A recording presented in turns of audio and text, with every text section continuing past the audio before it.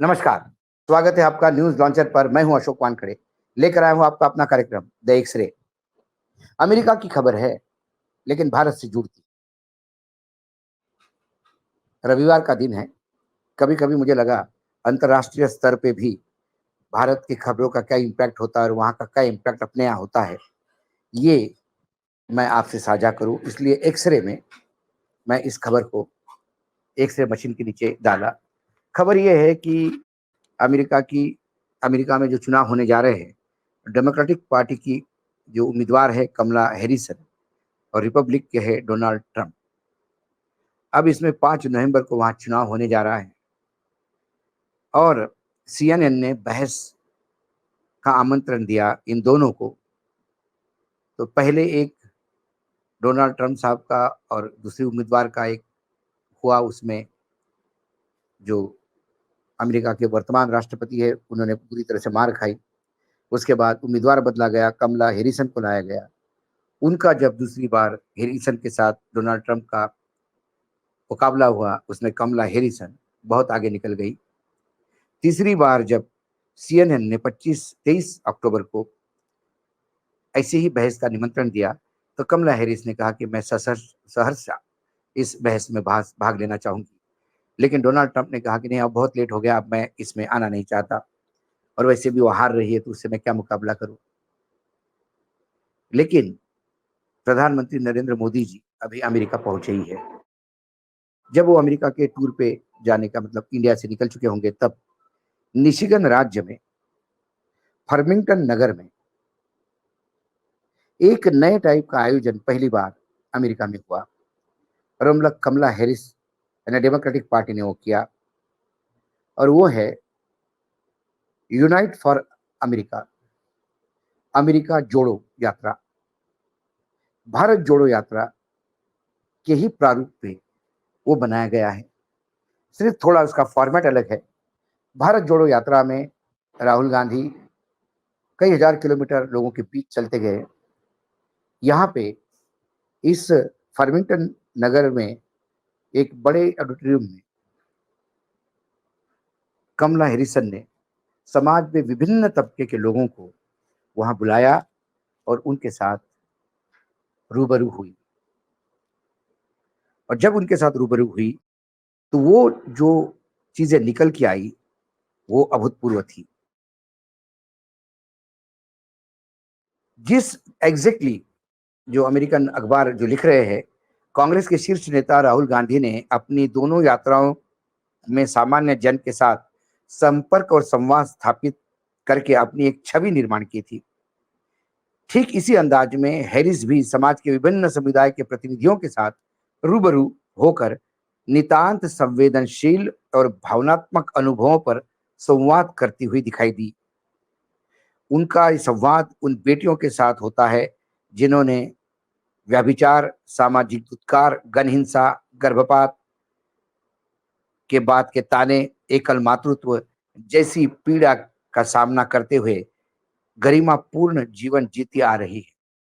वास्तव में इस आयोजन ने राहुल गांधी की यात्रा और संवाद शैली को ताजा कर दिया। आगे वो कहते हैं कि डोनाल्ड ट्रंप की राजनीति ने अमेरिका समाज को काफी विभाजित किया है, लेकिन हैरिस की सभा में अमेरिकी समाज की नस्ल विविधता की छटा बिखरी हुई थी। हैरिस कहती है ट्रंप गर्भपात के विरुद्ध है, लेकिन गन हिंसा पर खामोश है। गन नीति को बदलना नहीं चाहते। गन हिंसा से ज्यादातर बेटियां, माताएं प्रभावित होती हैं। गन हिंसा से जैसे तैसे बचकर निकली एक नाबालिग की दर्दीली कहानी से सभागृह में लोग थे उनको रुला दिया। कमला की टिप्पणी थी, ट्रंप का ध्यान इस तरफ नहीं जाएगा, लेकिन गर्भपात के विरुद्ध बेलगाम बोलेंगे। अवैध गर्भ की शिकार स्त्री पर खामोश रहेंगे। आमतौर तौर पर मिशिगन राज्य जो है वो दोनों दलों के लिए बराबर का प्रभाव वाला माना जाता है। अंतिम क्षणों में कौन किधर झुक जाएगा, यही वहां जीत सुनिश्चित करती है। यह भी माना जाता है कि ऐसे चंचल प्रांत में के नगर में कमल हैरिस के लिए सार्वजनिक सभा का आयोजन ही स्वयं महत्वपूर्ण है। आयोजक भी कम महत्वपूर्ण नहीं थे। अश्वेत ओपरा विनफ्रे हॉलीवुड की प्रसिद्ध अभिनेत्री रह चुकी थी। विभिन्न सामाजिक सांस्कृतिक कार्यक्रमों में अपने आयोजन के माध्यम से देश का ध्यान अपने तरफ आकृष्ट करती रहती है। हमारे यहाँ के अंध भक्तों के भाषा में वो वहाँ की अर्बन नक्सल होगी, यदि मैं आज उनका ट्रांसलेट करूँ तो। ताज़ा आयोजन के माध्यम से उन्होंने विशेष अमेरिकी बेटियों की दुख भरी गाथाओं को सामने रखा। उपराष्ट्रपति को अवसर दिया कि वो देश की प्रथम महिला राष्ट्रपति बनने के बाद ऐसी स्त्रियां और घटनाओं का सामना कैसे करेगी। व्यभिचार, गण हिंसा, परित्यक्त जीवन की शिकार नाबालिग लड़कियां और महिलाओं ने अपनी कहानी सुनाकर वातावरण को बेहद संवेदनशील बना दिया था। अनुभव इतने हृदय विदारक थे कि सभागृह में मौजूद कईयों की आंखें डबडबाने लगी। लड़कियों के माता पिता भी साथ थे। ऐसे दृश्य देखकर अभिनेता आमिर खान की सीरियल सत्यमेव जयते याद आता है। युवा वर्ग की आवाज समस्या पे विशेष ध्यान दिया। राहुल भी ऐसे ही युवाओं को पीड़ितों की बात करते थे। आप जब ये हैरिसन का सुन रहे थे तो पैरेलल हमें राहुल गांधी की यात्रा भी समझ में आ जाती है। कमल हैरिसन की इस आयोजित कार्यक्रम ने मोदी जी के लिए कुछ समस्या जरूर खड़ी कर दी, खासकर अमेरिका में। पिछले कुछ समय से भारत स्त्री उत्पीड़न के घटनाओं से काफी घिर चुका है। कलकत्ता की घटना ने हिला के रख दिया है। भाजपा शासित राज्यों की स्थिति भी दागदार है। ऐसी पृष्ठभूमि में इस आयोजन में होने से मोदी जी सहज तो नहीं रहेंगे, क्योंकि बेटी बचाओ बेटी पढ़ाओ स्त्री सशक्तिकरण के अभियान पर सवाल उठेंगे। इस आयोजन ने प्रवासी भारतीयों को भी प्रभावित किया है। एक तो कमला हैरिस स्वयं भारतीय मूल की हम मानते हैं, तो भारतीय मूल के जितने भी नॉन रेजिडेंट इंडियन है तो वैसे भी उनके प्रति उनका एक अलग सॉफ्ट कॉर्नर है। मोदी की भक्त दरक चुकी है। विभिन्न अनिवासी भारतीयों से बातचीत से इतना साफ है कि मोदी की वजह से गुजराती व मराठी समुदाय ट्रंप की तरफ झुके हुए हैं, लेकिन परिवार विभाजित है। स्त्रियों का झुकाव कमला की ओर भी है। दक्षिण भारत के जो प्रवासी समुदाय कमला हैरिस के ब्लाइंड सपोर्टर माने जाते हैं। मोदी के प्रति रुझान घटता जा रहा है। हालांकि मोदी के लिए सभा का आयोजन किया जा रहा है, करीब करीब 24 से 25,000 लोग उसमें शिरकत करेंगे, लेकिन ये रस्म अदायगी से अधिक कुछ नहीं होगा, ऐसा कहना है गैर गुजराती अनिवासी भारतीयों का। जिस हिसाब से राहुल की छवि चेंज हुई का उसी का प्रयोग क्या वो वहां कर रही है। आगे वहां की खबर ये कहती है, यदि वे अपने जिगरी दोस्त मतलब मोदी जी यदि अपने जिगरी दोस्त डोनाल्ड ट्रंप से मिलते हैं और कमला हैरिस से नहीं, तो दक्षिण भारत भाजपा के हाथ से भी निकल जाएगा। अनिवासी भारतीयों की परस्पर संबंध पहले वैसे जैसे नहीं रहेंगे।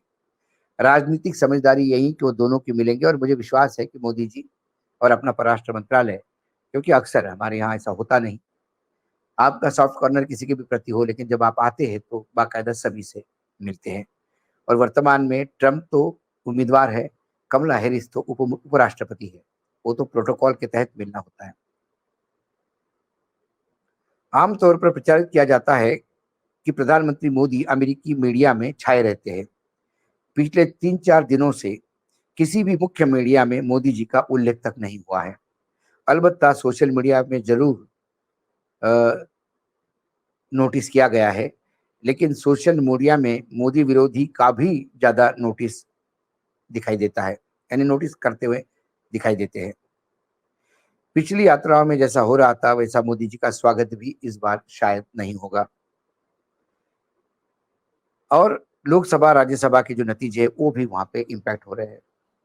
देखिए क्या होता है कि कमला हैरिस ये 11th आवर पे राष्ट्रपति चुनाव के रेस में आई, क्योंकि वर्तमान राष्ट्रपति की बढ़ती उम्र और कहीं कमजोर पड़ रहे थे ट्रंप के सामने, उसी से इतना जनमानस का ये था कि उन्होंने खुद रिटायरमेंट लेकर सामने है कमला हैरिस का नाम ले दिया। कमला हैरिस महिला है, उसका एक सॉफ्ट कॉर्नर उसको मिलता है।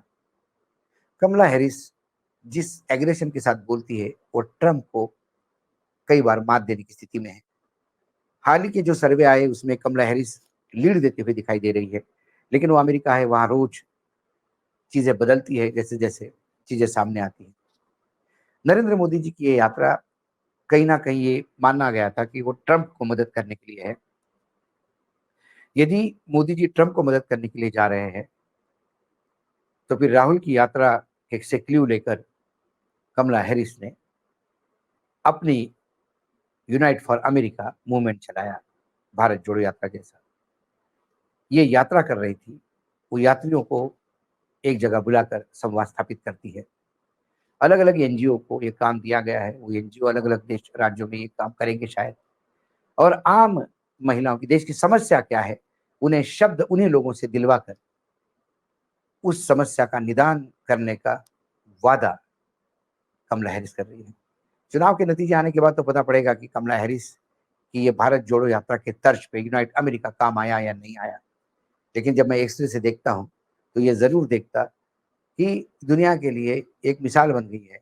यदि किसी की इमेज पप्पू करके बिल्कुल नाकारा साबित हो जाती है, वो इंसान यदि ठान ले और भारत जोड़ो यात्रा जैसे प्रबंध कर ले, तो फिर वो एक नया सितारा बन के उभरता है, जो वर्तमान लोकसभा में लीडर ऑफ अपोजिशन। आज एक्सरे से इतना ही। कल फिर आता हूँ किसी विषय के साथ, तब तक के लिए नमस्कार। देखते रहिएगा न्यूज लॉन्चर।